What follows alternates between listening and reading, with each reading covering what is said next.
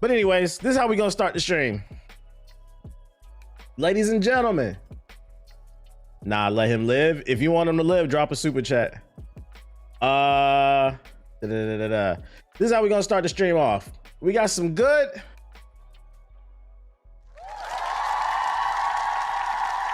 And we got some bad news for Rockstar.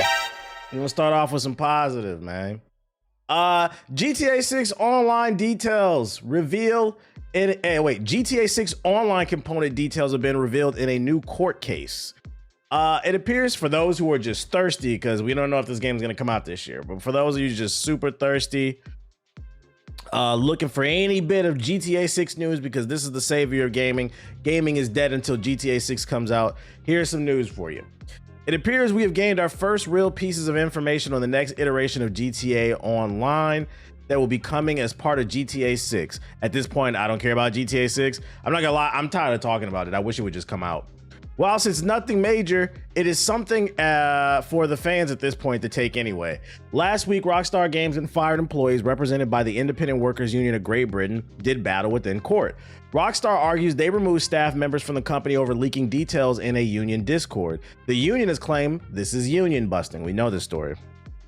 On Monday, a judge ruled that Rockstar Games did not have to provide a salary to the developers, but did I read that right? Rockstar Games did not have to provide salary to the developers, but it was not a totally flawless victory with Rockstar, as the details are now beginning to come out. Shout out to Earl Grey T with the sub, and shout out to Fallout Wolf with the sub. Various outlets were able to view the court hearing, and now some of the alleged infringing Discord messages have been published. People Makes Games reported that Rockstar claims top secret details on an unannounced feature from GTA 6 were posted to this union-ran Discord server. Rockstar's legal spokesperson claimed he was not comfortable reading the alleged infringing information aloud due to how confidential it is. He requested the judge took a look at it in private. While it has not remained private, People Make Games were able to look at the documents and have now published several of them online.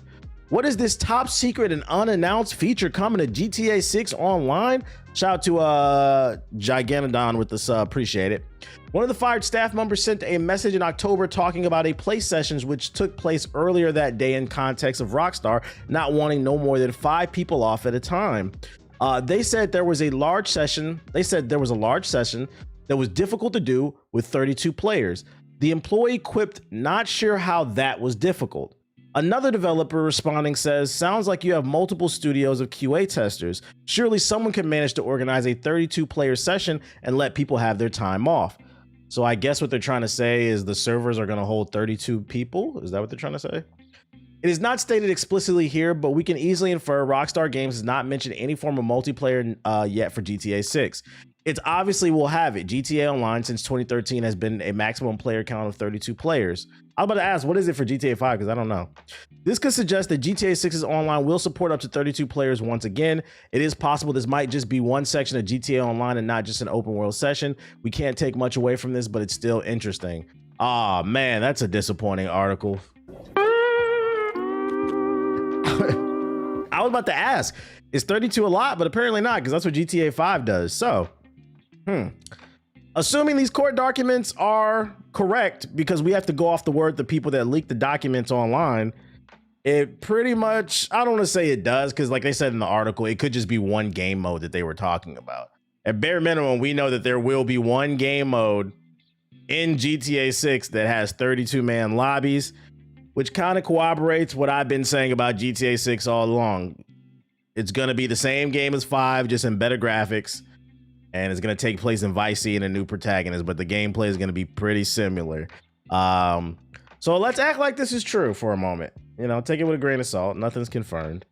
32-man online GTA 6 servers. Is this for everybody? Who's got dreams of becoming the next big content creator, making it out of their mama basement, role playing on the GT on the T Grizzly server? Is 32 people enough for you? Is this doing it for you? Let me know. I'm trying to figure this out. As of now, GTA Online free mode lobbies max out at like 27. Sorry, I'm employed. This article says 32. Are you sure? It doesn't matter. 60 at less than. I play solo lobby, so I don't care. It sucks because the roleplay servers be holding 64. How does that work? Yo, shout out to Famous with the super chat. He said something in the collection play. Sheesh, bro.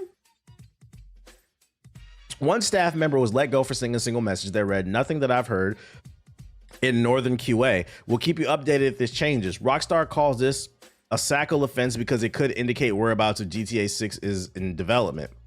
So basically what they're saying is, in these messages, they didn't purposely leak stuff, but they indirectly through the conversations, basically. How big is GTA Online gonna be? 64 might be too much. I don't know. I do not freaking know. This does nothing for me. I thought this was gonna be a more hard-hitting article. This does nothing for me. Do you think Rockstar not having a closed alpha or a beta is gonna hurt them? No, they don't need to do a beta. They're too... So there's multiple reasons why they don't need to do a beta. I'll give you two main reasons. The two main reasons they don't need to do a beta: A, it's Grand Theft Auto. It's super popular. The people we're talking about a generation of gamers that are dying to pay $100 for a game, regardless of the implications on regardless of the greater implications on the gaming industry. If Rockstar charges $100, everybody else is gonna do it. They don't care. They only care about themselves. They only care about Grand Theft Auto. Grand Theft Auto is gonna be able to help raise the birth rate in Japan. Grand Theft Auto 6 is gonna stop the war in Ukraine between Ukraine and Russia. GTA 6 is gonna give reparations to Black Americans. Like, to these people that are looking forward to GTA 6, this is the second coming of Jesus. So you have to understand, it doesn't matter. They're gonna play it regardless. And then the second reason they don't need to do a beta is, I mean, like, is they don't have to. Like, they just don't have to. Like, I don't think the average GTA player is the person looking to beta test. They're looking to get into it now so they can start their fucking YouTube channel, bro. By the way, this game ain't dropping until PS6. That, or like literally at the end of the PS5's lifespan, so then they can segue it into the PS6. I actually lost I'm fucking tired today, y'all. I lost my fucking second point about why. But the main reason is, they don't need to beta test this shit because people are gonna buy it regardless. They have the clout to carry their name over.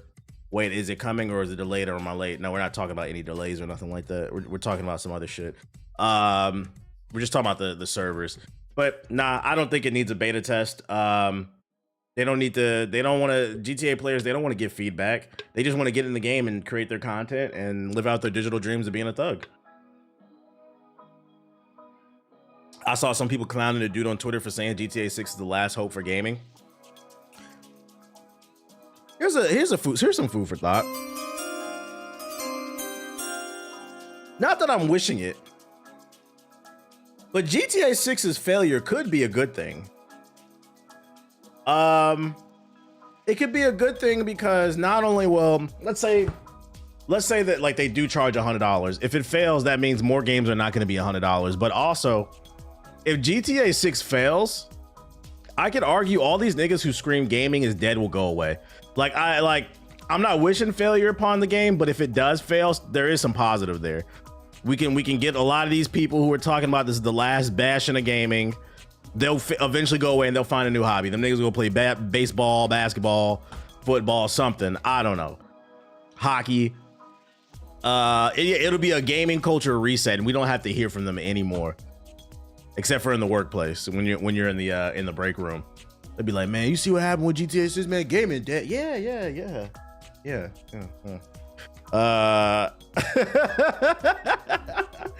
If they do charge it $100, I'm praying on this game's downfall. I watched the VOD the other day when you used the underwater voice filter and I died. You talking about this joint?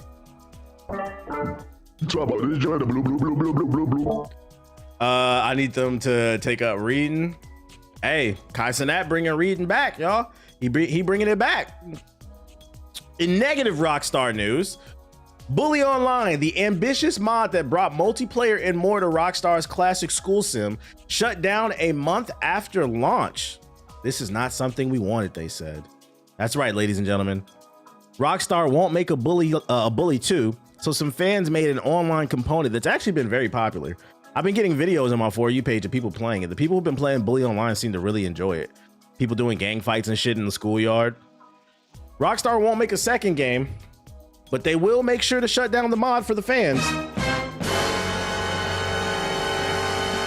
We expressed concerns about Bully Online, a massively ambitious mod that promised to bring multiplayer and a host of new systems to Rockstar's classic school sim when we ran across it in November of 2025. It looked great, but the initial release was limited to people willing to pay for it through the mod's team's coffee page. And that seemed like the sort of thing almost guaranteed to attract unwelcome attention from Rockstar's lawyers.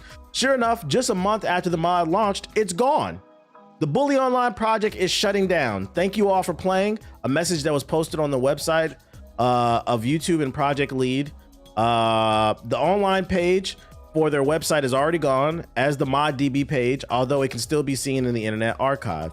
A more detailed message about the closure has posted today on their Discord server. They said the Bully Online project is shutting down forever, which unfortunately means all the following is going to happen in 24 hours. Our official Bully Online server will shut down. Development of scripts for Bully Online will stop, so no new features. The source code will be removed from the website, and all our web pages referring to it will be removed. The launcher download will be taken down, and all Bully Online account data will be permanently deleted. Translation: Rockstar sent that cease and desist letter. The dev team has thus far stayed quiet on exactly what the mod was suddenly so deep six, but said a forthcoming video from the lead dev will go more into details. For now though, no, this was something that this is not something that we wanted. I'm tired, y'all. I apologize. That's what keeps Delta online, because they're not taking donations. These modders have to stop asking for payments for their mods. Yeah, that didn't help the situation, but what I will say is that was for early access. The thing came out to everybody. Why did they wait till it was released to everybody for free to take it down? That said, I can reckon we can figure out the broad strokes. The complete annihilation of the Bully Online mod, including removal of the source code and all but explicit statement, says the team was forced into it. Rockstar took it down. We get the gist of it. So if you had any plans to play it, it ain't happening. Mods to me almost feel like the special operation tier 1 unit game development. If you want to make a mod, don't announce it until it's done and it's ready to be played, so they can't take it down. Then a bunch of people download it and it stays alive. But this shit got shut down as soon as it got hot, which is unfortunate. So that's the negative Rockstar news. Back to some positive though. Rockstar launches official user-generated content marketplace for modders. Rockstar has launched an official marketplace where creators can sell mods. The CFX Marketplace, described as a curated digital storefront where talented 5M and Red M creators can share and sell their work, is currently open to a select few creators, but players running their own servers can choose from hundreds of mods, some free, some not, to add new maps, scripts, characters, clothing, vehicles, and more to their game. If the name CFX sounds familiar, that's because Rockstar acquired the modding team behind the wildly popular Grand Theft Auto 5 roleplay servers, 5M and Red M, back in 2023. That came as something of a surprise given the company's combative relationship with modders in the past.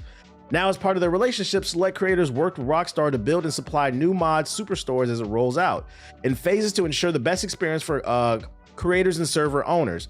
As one happy player said, the official marketplace makes it much easier to find some trusted creators and hopefully more competition. Amazing idea. Hope this will be a better way for both players and server owners to reach more people and find what they need. Now, for people who are into role-playing and modding GTA 5, this seems like good news, but I'd argue it's not. See, on one hand, you're correct. Rockstar is supporting mods, which is cool. They're finally getting behind the community. But on the flip side, if you genuinely feel like Grand Theft Auto 6 is the last bastion, the last hope for gaming, Will Smith in that damn zombie movie, if you feel like this is that game, now they have the right to take even more time making it. It might get delayed again because now they have an official, I Am Legend. If you really feel like GTA 6 is I Am Legend, understand with this mod store, now they don't have to make any more content because you guys are going to make it. There's an official place for them to direct you towards, which gives them more time to work on GTA 6. But really, this is a beta test for GTA 6. So when it comes out, you know, they'll iron out all the kinks by the time it comes out. But, you know, I guess it's cool they're supporting the community. Does anybody, jokes aside, does anybody in the chat actually play this shit? Like the mods and like the role playing? Is anybody here like a full-time actor? Just open the stream and immediately hit the like button. It ain't hard to do. Niggas will say fuck theater class, but sit in a GTA role playing server. No, not really. Rockstar buying 5M was the worst thing to happen to 5M. The original team not even there. Say it ain't so.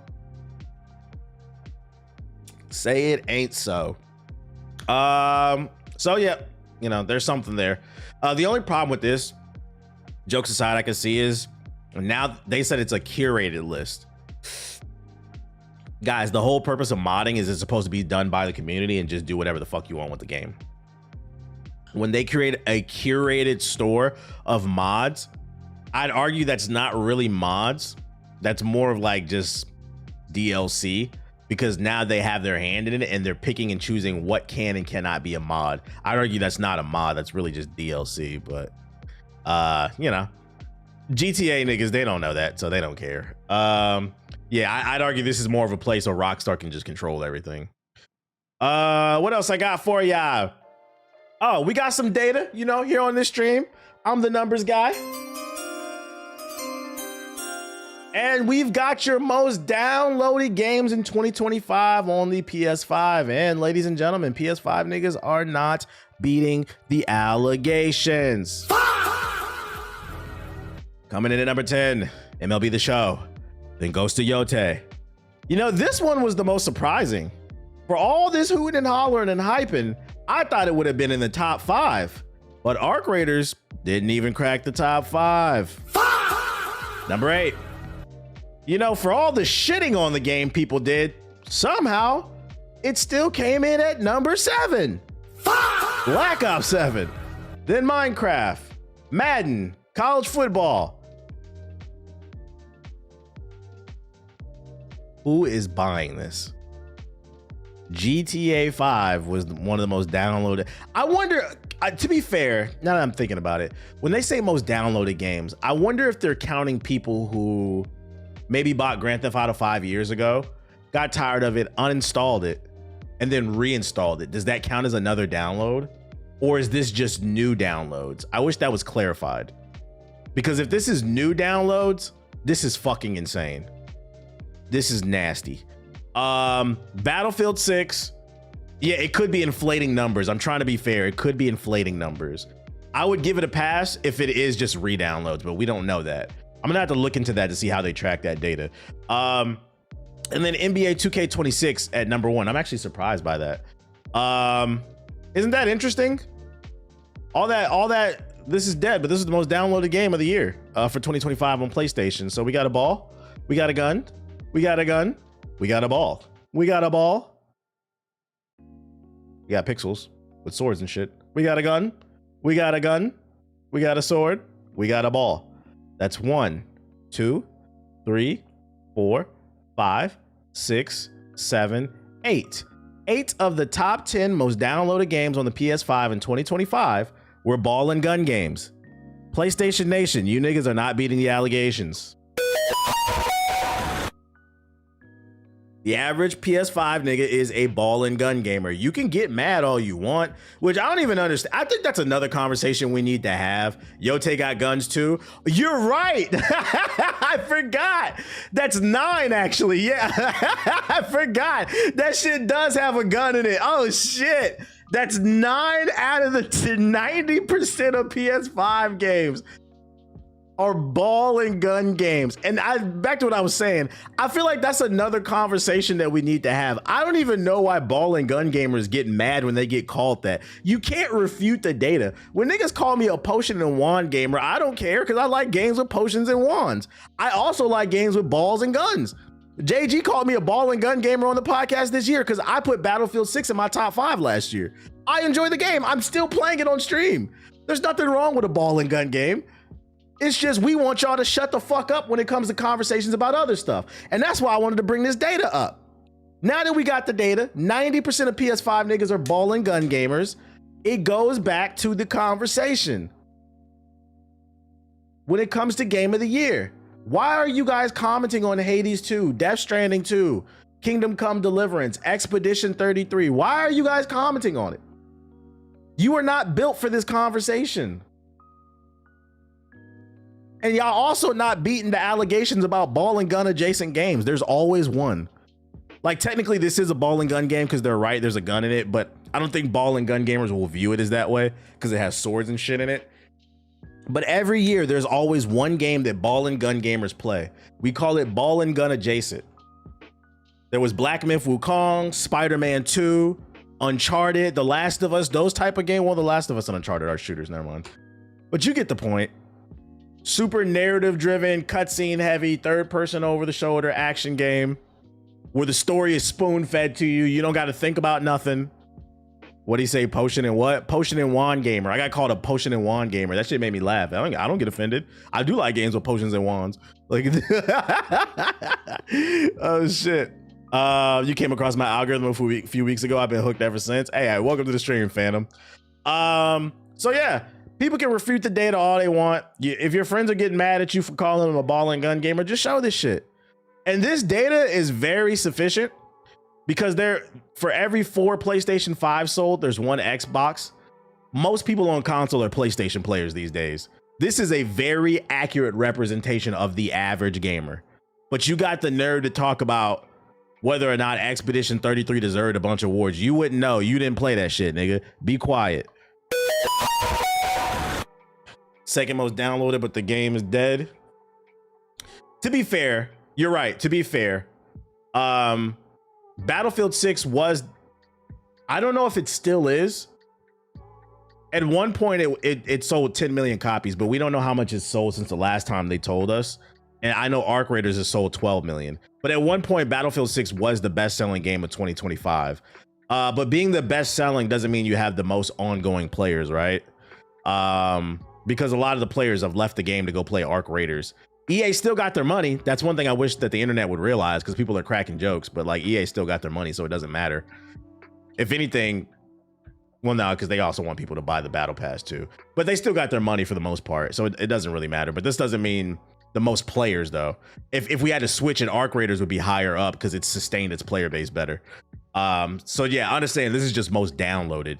I'm surprised Fortnite ain't up there. Are you saying there's hope? Okay.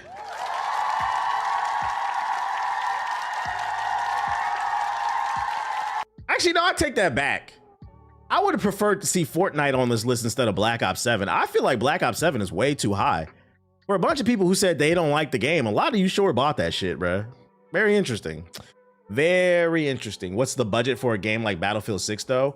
Hundreds of millions? No, I don't know what the budget of it is. Let's see. Battlefield 6 budget. With an estimated budget exceeding 400 million. Sheesh. Let's see. Calculator. So we'll go 10. 1, 2, 3. 1,000. That's a million. That's 10 million times. We'll do 71 because taxes. So they're. Yeah, they made their money back. They made a profit of at least 300 million.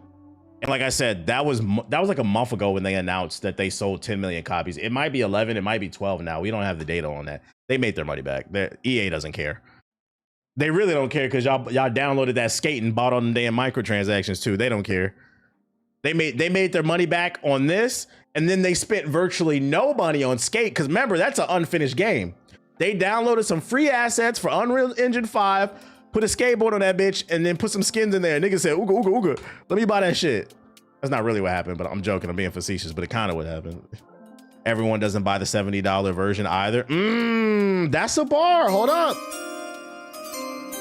That's facts. What he's saying is not everybody buys the $70 version. A third of the audience could have bought the $100 edition or the 80, whatever that is. But to be fair, I don't know the number of how many people bought it, so I got to go by at least 70. At bare minimum, we could say they made at least 700 million, but probably more because I didn't take into account. You're right. Some people might have bought the $80, $90 edition of that shit. I I got mine on a recent sale. The battle pass, yeah, and then you can't take the battle pass too. There's no way for me to track any of that data. But EA's fine. I'm trying to tell y'all, man. If there's one thing EA knows how to do, is make some money. People be trying to say shit is dead, but no, EA is finessing y'all, man. 20 million have sold allegedly. Where you get this from? Let me see. Remember, guys, no pre-orders and no battle passes. You remember that last year? They were screaming, don't pre-order Battlefield 6. And this article is saying Battlefield 6 surpasses 20 million copies. So wait, this was in December. Damn, my data is hella out of whack. What the fuck? So no, I take that back. Arc Raiders did not pass. Arc Raiders did not pass this game. Battlefield 6 launched in October 2020 and achieved a blockbuster status with 20 million copies of the base game sold worldwide and more than 26 million players, including the free-to-play RedSec. Oh yeah, this is coming from Alina Analytics. They're legit. This is the actual data. What the fuck? I did not know that. Good link on the article. We got to do the math again. So then, let's see. We'll say 71 times.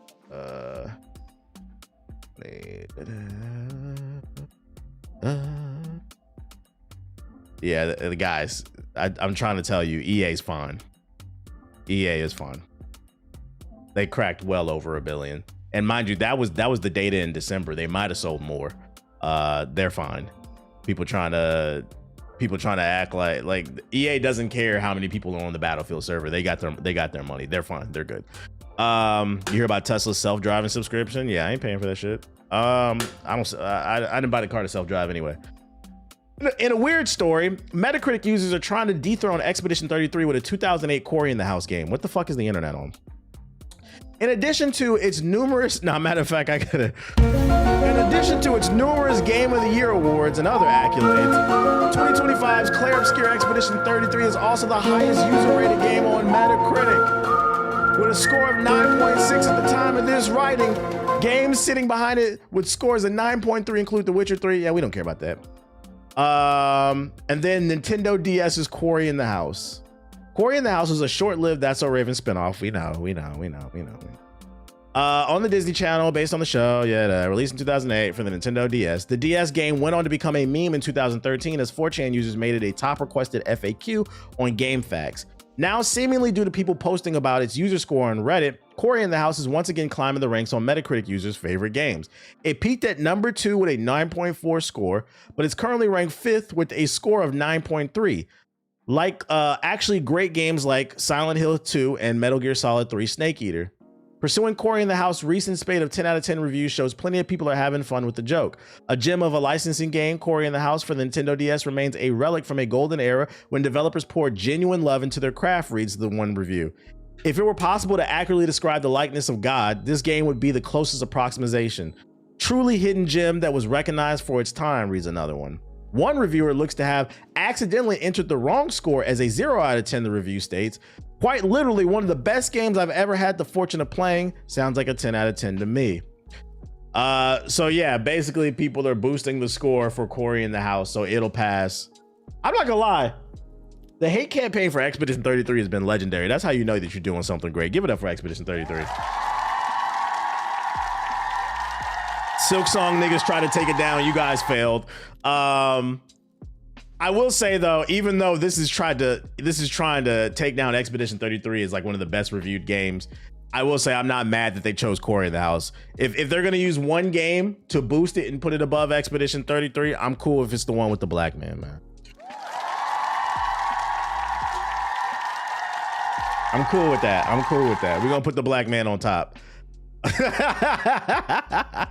Oh shit, it's not my game, but I respect his success, and hey, that's all you get. That's all it takes. Yeah, it ain't gotta be your game of the year, but you'd be like, yeah, I understand it. Amazon's God of War TV show has cast their Kratos. Amazon has officially cast Kratos for its upcoming live action TV show, which is entered pre-production and started rounding out its cast. There was a time when who is it? Amazon is bringing the God of War franchise to the small screen and has finally found its Kratos. According to Discussing Films on Twitter, actor Ryan Hurst has been cast as Kratos. That name sounds familiar. What is he known for? That name sounds familiar. Are we cool with this pick? Let's see, search Ryan Hurst. Remember the Titans. Who did he play in Remember the Titans? Wait, did he play Callie? Did he play the Surfer Boy? He played Thor in the game? The movie tie-in games, nigga? What? Remember the Titans is his biggest movie, apparently. Oh, he was in Rango as Jediah. I never seen that movie, though. He was Thor. Oh, he was Thor in the God of War game. My bad. I thought you meant Thor in the movie tie-in games from the early 2000s. I was about to say, bro. Man, I'm gonna play this off stream, man. We're gonna finish this mission up off stream. Yeah, he's listed right there. He's got the official. Oh, well, no, that's for Thor the voice. Yeah, y'all right. So he's going from the game to live action. I don't know how I feel about this pick because I'm not familiar with his work. I don't know any of this stuff. Opie from Son of Anarchy's not bad. Okay, he's getting a cosign in the chat. He's getting a cosign in the chat. I gotta see a trailer. What I will say is I'll give it the benefit of the doubt because it is Amazon. Amazon has had more hits than misses, in my opinion, when it comes to television shows. I mean, they got Fallout right now. But also, you know, Jeff Bezos has got basically an unlimited money glitch. So they got the money to put together some high intense action scenes. So I'm going to still reserve judgment until I see a trailer, but I'm leaning towards like, I think this will be okay because at least they got the budget for this shit.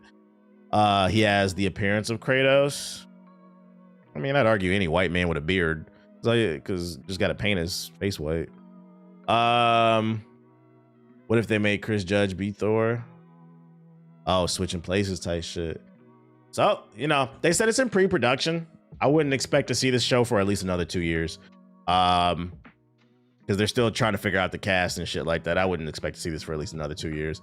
He played the main white dude that said the strong side. Oh, the one that was the best friend of with the black dude. Okay. Yeah, time has flown. I didn't recognize him.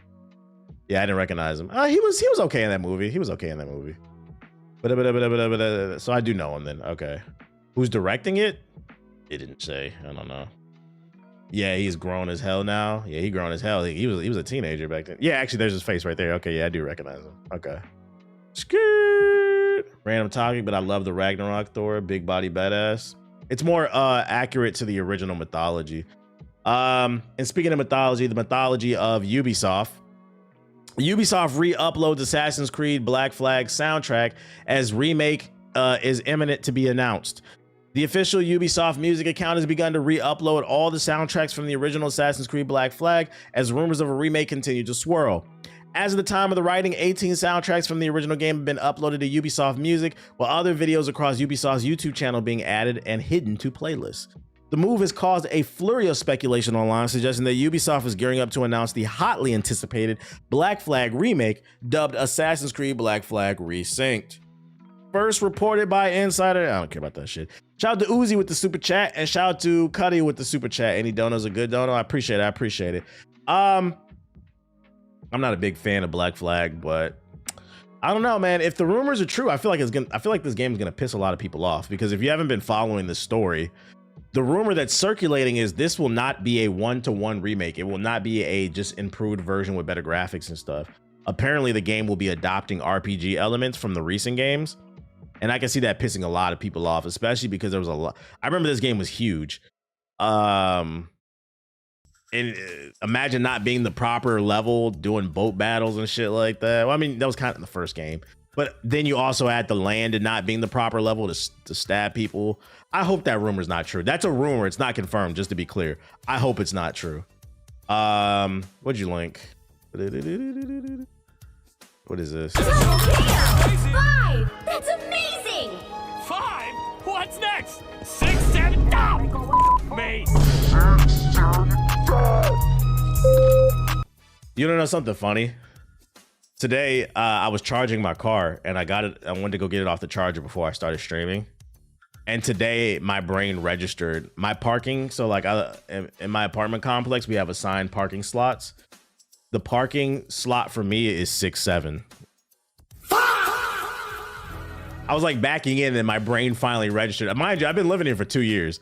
I was like, wait a minute, my shit is 6-7. I was like, I'm glad I ain't got no fucking kids. If I would have had kids, that shit would have drove me fucking crazy, man. I was like, thank God.